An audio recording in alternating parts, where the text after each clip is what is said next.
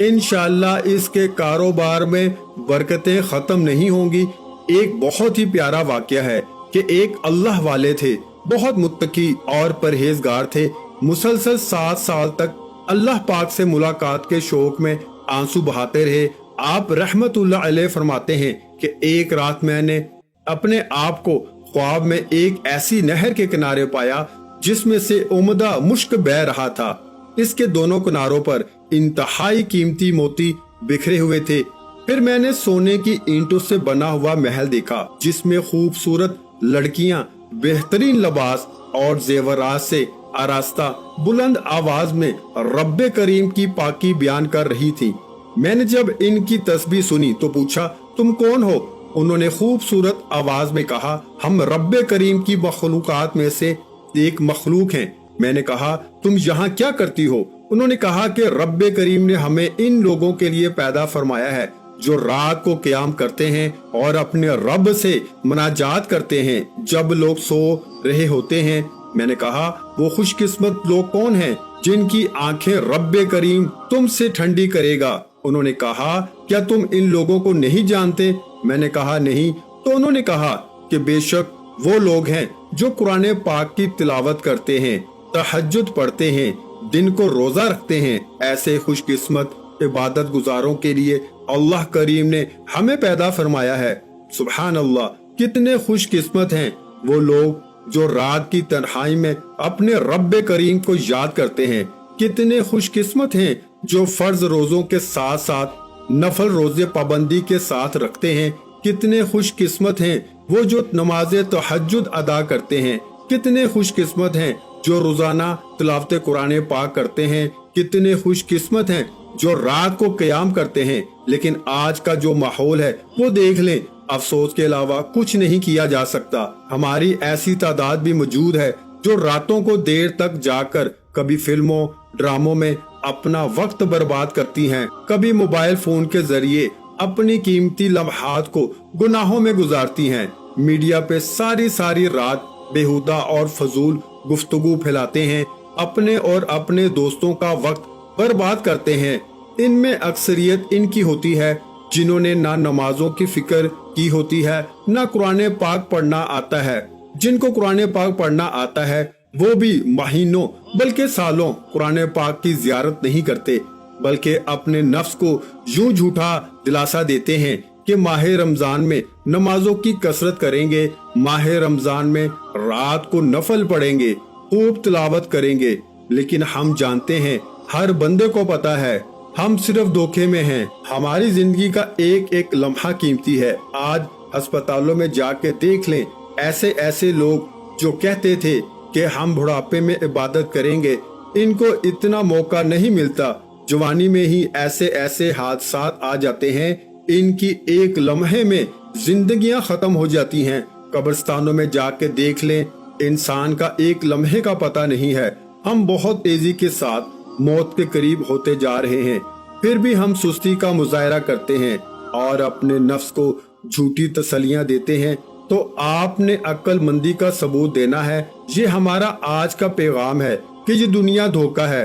آپ نے اپنے قیمتی لمحات کی ناقدری کرنے کی بجائے تقوی پرہیزگاری کو اپنانا ہے۔ شب و روز کی فضولیات اور دنیاوی عیش و عشرت میں خود کو برباد مت کریں، نمازوں کی پابندی کریں، روزانہ کچھ نہ کچھ تلاوت قرآن پاک کی عادت ڈالیں۔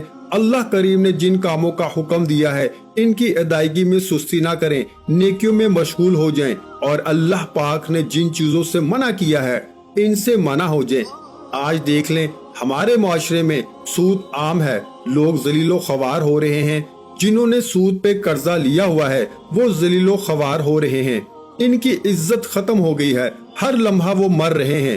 تو آپ نے کوشش کرنی ہے کہ سب سے پہلے اپنے گناہوں کی معافی مانگنی ہے، نیک کام کریں، 5 وقت کی نماز کی آج سے ہی عادت ڈالیں۔ تو محترم ناظرین کرام، رب کریم کی بارگاہ میں حسب و نسب، مال، دولت، عزت، شہرت والا خوش قسمت نہیں ہے، بلکہ خوش قسمت وہ ہے جو چاہے کسی بھی قبیلے سے ہو، قوم سے ہو، گوری رنگت رکھتا ہو، کالی رنگت رکھتا ہو، دولت مند ہو، مفلس ہو، غریب ہو، مرد ہو، عورت ہو، اگر وہ ایمان والا ہے، نیک اعمال کرتا ہے، رب کریم کی اطاعت اور فرما برداری میں اپنی زندگی گزارتا ہے، وہی دنیا میں بھی کامیاب ہو جاتا ہے، آخرت میں بھی کامیاب ہو جاتا ہے۔ تو آپ اللہ کی یاد سے جب غافل ہو جائیں گے تو اللہ پاک آپ کے اوپر مصیبتوں کے پہاڑ ڈال دیں گے۔ تو آپ نے کوشش کرنی ہے کہ اللہ کی ذات پہ بھروسہ رکھتے ہوئے اللہ کو کثرت سے یاد کرتے رہیں۔ ہر وقت آپ کی زبان پر اللہ کا ورد جاری ہونا چاہیے۔ کوشش کریں ہر وقت اللہ کا شکر ادا کریں۔ اور آپ نے یہ وظیفہ کیسے کرنا ہے، اس کی تفصیل آپ اچھے طریقے سے ذرا سمجھ لیں۔ آپ کسی بھی نماز کے بعد اس عمل کو کر سکتے ہیں۔ نماز کے بعد آپ کو وقت نہیں ملا، آپ کسی بھی وقت اس عمل کو شروع کر سکتے ہیں، لیکن بہترین جو ٹائم ہے وہ عشاء کی نماز ہے، کیونکہ وہ قبولیت کی گھڑیاں ہوتی ہیں۔ پورے دن میں ایک وقت ایسا ہوتا ہے جس میں قبولیت کا امکانات بڑھ جاتے ہیں۔ تو علماء نے لکھا ہے کہ وہ جو وقت ہے وہ عشاء کے بعد کا وقت ہے۔ تو آپ نے سب سے پہلے عشاء کی نماز ادا کر لینی ہے۔ عشاء کی نماز ادا کرنے کے بعد آپ نے اسی جگہ پہ بیٹھ جانا ہے اور اعوذ باللہ من الشیطان الرجیم اور بسم اللہ الرحمن الرحیم پڑھ لینی ہے، اور اس کے بعد آپ نے درود شریف پڑھ لینا ہے۔ آپ درود ابراہیمی پڑھ لیں یا چھوٹے سے چھوٹا درود صلی اللہ علیہ وآلہ وسلم پڑھ لیں۔ ایک مرتبہ میرے ساتھ بھی ثواب کی نیت سے درود پاک پڑھ لیں۔ اللہم صلی علی محمد وعلی آل محمد کما صلیت علی ابراہیم وعلی آل ابراہیم انک حمید مجید۔ اللہم بارک علی محمد وعلی آل محمد کما بارکت علی ابراہیم وعلی آل ابراہیم انک حمید مجید۔ درود پاک پڑھنے کے بعد اور وہ 3 لفظ کون سے ہیں، اس سے پہلے میں آپ کو بتا دوں کہ اس وظیفے کی اجازت میرے ان تمام بہن بھائیوں کو ہے جو ویڈیو کو مکمل دیکھیں گے۔ آپ اس عمل کو کرنا چاہتے ہیں، ویڈیو کو آپ نے ایک دفعہ مکمل دیکھ لینا ہے۔ آپ نے اس کی ایک تسبیح پہلے بیٹھ کے کر لینی ہے۔ آپ کی کتنی بھی مشکل سے مشکل حاجت کیوں نہ ہو، ہر حاجت آسان ہو جائے گی، آپ کی منٹوں میں چٹکیوں میں پوری ہو جائے گی۔ ہر مشکل، ہر پریشانی کا فوری حل ہو جائے گا۔ آپ کے اوپر لاکھوں کا، کروڑوں کا قرض ہے، اللہ پاک ایسے ایسے اسباب پیدا کریں گے، وہ ادا ہو جائے گا۔ آپ بے روزگار ہیں، آپ کو روزگار مل جائے گا۔